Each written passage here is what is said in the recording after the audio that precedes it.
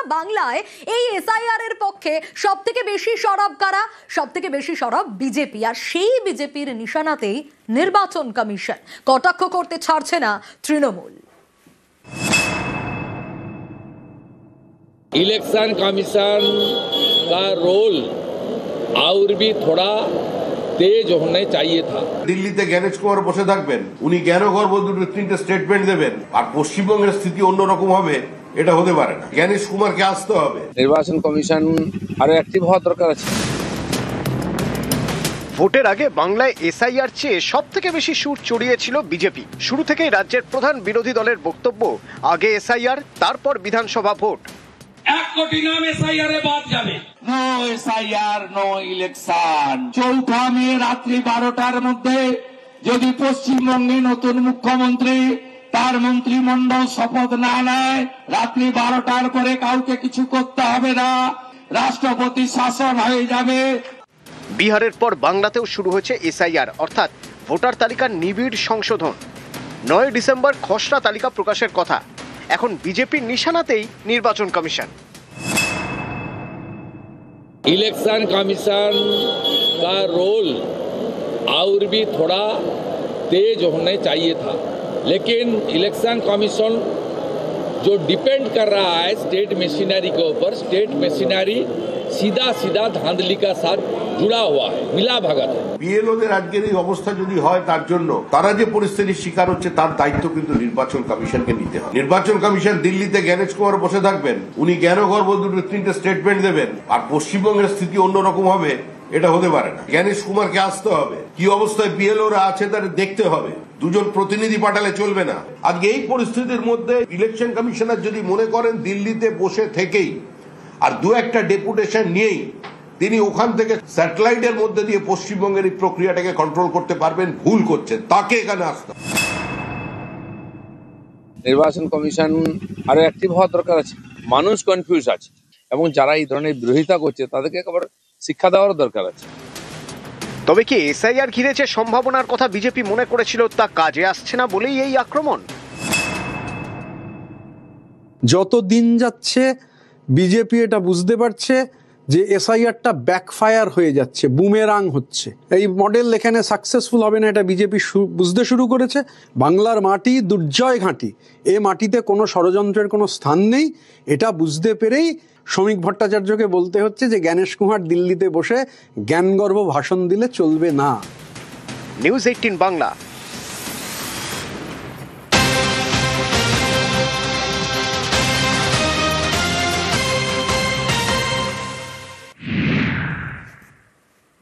আচ্ছা, আজ দিনভর যদি আমরা নজর রাখি তাহলে কি দেখা গেল? সিইও দপ্তরে বৈঠক এবং একের পর এক বৈঠক, প্রত্যেকটা বৈঠক খুব তাৎপর্যপূর্ণ।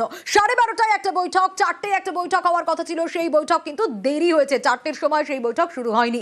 সেই বৈঠক কখন শুরু হলো তার কারণ বিএলওদের বিক্ষোভ, বিভিন্ন প্রান্তের দিকে আমরা নজর রাখছিলাম এবং সিইও দপ্তরের স্পেশাল অবজারভার সুব্রত গুপ্ত, সিইও দপ্তরের রোল অবজারভাররাও বৈঠকে, সিইও মনোজ আগরওয়াল। এবং এই একের পর এক বৈঠক থেকে ঠিক কি কি উঠে এলো, এখনো পর্যন্ত আগের বৈঠক থেকে কি উঠে এলো, এই বৈঠক থেকে কি উঠে আসবে, কোন কোন বিষয় আলোচনা, সেই প্রত্যেকটা আপডেট জানবো। সোমরাজ রয়েছে আমার সঙ্গে। সোমরাজ, দফায় দফায় বৈঠক যদি আমরা সকাল থেকে নজর রাখি, এই প্রত্যেকটা বৈঠক খুব ইম্পর্টেন্ট। কি কি উঠে আসছে মেন ফোকাসে?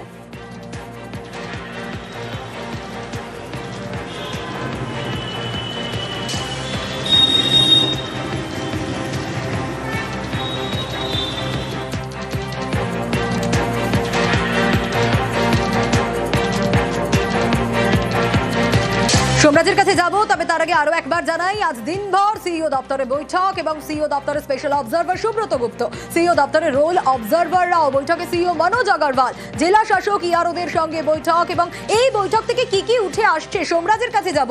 সোমরাজ, প্রত্যেকটা বৈঠক খুব ইম্পর্টেন্ট এবং এর আগেও যখন কথা হচ্ছিল তুমি প্রত্যেকটা পয়েন্ট বলছিলে, আরো একবার একটু দর্শকদের জন্য জানতে চাইবো কোন কোন পয়েন্ট ফোকাসে রয়েছে, কারণ এই প্রত্যেকটা বৈঠকই খুব তাৎপর্যপূর্ণ।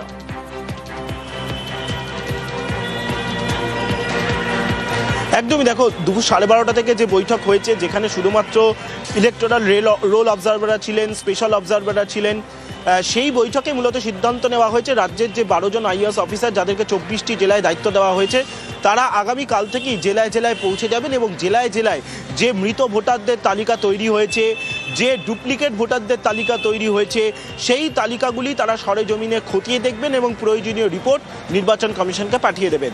এটা গেল দুপুর 12:30টার বৈঠকের নির্যাস। বিকেল 4টে থেকে যে বৈঠক শুরু হওয়ার কথা ছিল সেই বৈঠকটা একটি দেরিতে শুরু হয়েছে, এখনও সেই বৈঠক চলছে।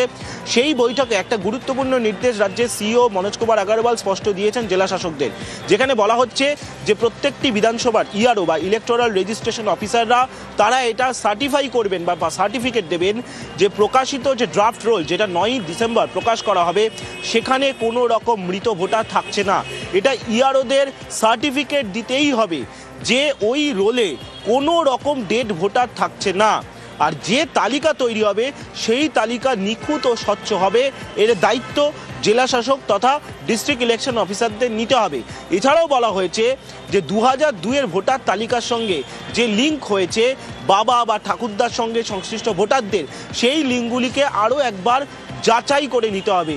কোথাও কোনো মিসম্যাচ হলো নাকি, কোথাও কোনো ভুল হলো নাকি বিএলওদের, সেইটা আরও একবার খতিয়ে দেখে যাচাই করে নিতে হবে। এছাড়াও বলা হয়েছে যে মৃত ভোটারদের তালিকা কয়েকটি বিধানসভায় কেন প্রস্তুত করতে এতটা সময় লাগছে, যেখানে আর মাত্র কয়েকটা দিন বাকি রয়েছে এনামুরেশন ফর্ম আপলোডিং এবং ডিজিটাইজেশনের কাজ শেষ হতে। 4ঠা ডিসেম্বর তার শেষ দিন রয়েছে, সেখানে মৃত ভোটারের তালিকা আপলোড করতে এত কেন সময় লাগছে, এই প্রশ্নও তোলা হয়েছে আজকের বৈঠকে বলেই কমিশন সূত্রে জানা যাচ্ছে। জেলা শাসক তথা 294টি বিধানসভার যারা ইআরওরা রয়েছেন তাদের সঙ্গে যে বৈঠক, সেই বৈঠক এখনো চলছে। বিকেল 4:40 থেকে সেই বৈঠক শুরু হয়েছে। রাজ্যের মুখ্য নির্বাচনী আধিকারিকের দপ্তর থেকে সিও সেই বৈঠকে যোগ দিয়েছেন। অন্যদিকে সিও দপ্তরের ঠিক বিপরীত দিকেই বেঙ্গল চেম্বার অফ কমার্স থেকে বৈঠকে যোগ দিয়েছেন অবজারভাররা। একেবারে সোমরাজ, অবশ্যই এই বৈঠক এখনো চলছে, নজর থাকবে আমাদের, সঙ্গে থাকো।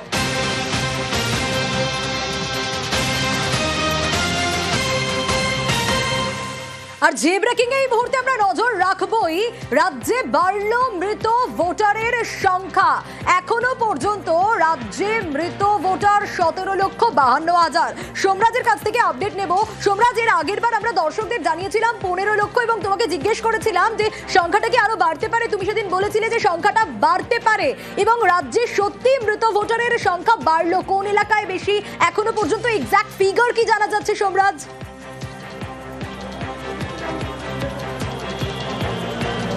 দেখো, যে জেলাভিত্তিক পরিসংখ্যান আমাদের হাতে এসে উঠে আসছে সেখানে যেটা দেখা যাচ্ছে, রাজ্যে এখনো পর্যন্ত ডেড ভোটার বা মৃত ভোটার আসছে 17 লক্ষেরও বেশি। যে পরিসংখ্যান ইতিমধ্যেই আমাদের হাতে উঠে আসছে, যেটা আজকে বৈঠকও বলা হয়েছে, 17,52,286 এখনো পর্যন্ত মৃত ভোটারের তথ্য তেমনটাই পাওয়া গেছে। এছাড়াও তোমাকে জানিয়ে রাখি, যেটা দেখা যাচ্ছে উত্তর কলকাতায় সব থেকে বেশি মৃত ভোটার পাওয়া যাচ্ছে। উত্তর কলকাতার পাশাপাশি উত্তর কলকাতায় যে মৃত ভোটারের তালিকা অর্থাৎ 17,52,286, তার মধ্যে উত্তর কলকাতায় 6.42% অর্থাৎ উত্তর কলকাতায় সব থেকে বেশি মৃত ভোটার দেখা যাচ্ছে। উত্তর কলকাতায় মৃত ভোটার যেটা আমরা এখনো পর্যন্ত পরিসংখ্যানে পাচ্ছি 96,676। উত্তর কলকাতার মৃত ভোটার রয়েছে 96,676, যা উত্তর কলকাতার যে মোট ভোটারের তালিকা তার তুলনায় সব থেকে বেশি রয়েছে উত্তর কলকাতায়। এবার যদি দেখা যায় যে দক্ষিণ কলকাতার যদি মৃত ভোটারের সংখ্যা দেখা যায়, সেখানে দেখা যাচ্ছে দক্ষিণ কলকাতায় হচ্ছে 50,387 মৃত ভোটারের সংখ্যা উঠে আসছে। এছাড়াও প্রত্যেকটি জেলাভিত্তিক পরিসংখ্যান ইতিমধ্যেই কমিশন আজকে পাওয়ার পয়েন্ট প্রেজেন্টেশনে জেলা শাসকদের সামনে রেখেছে, ইআরওদের সামনে রেখেছে এবং সেখানে কমিশন বলছে যে এই মৃত ভোটারের সংখ্যা আরও বাড়বে। তাই মৃত ভোটারের তথ্য আপলোড যাতে দ্রুত করা হয়, তার কারণ 4ঠা ডিসেম্বরের পরে 9ই ডিসেম্বর যে খসড়া তালিকা কমিশন প্রকাশ করবে এসআইআর প্রক্রিয়ায়, সেই তালিকায় আলাদা করে মৃত ভোটারদের জন্য তালিকা প্রকাশ করা হবে। একেবারে অবশ্যই আমাদের নজর থাকবে, পাই টু পাই প্রত্যেকটা আপডেট তোমার কাছ থেকে নেব সোমরাজ।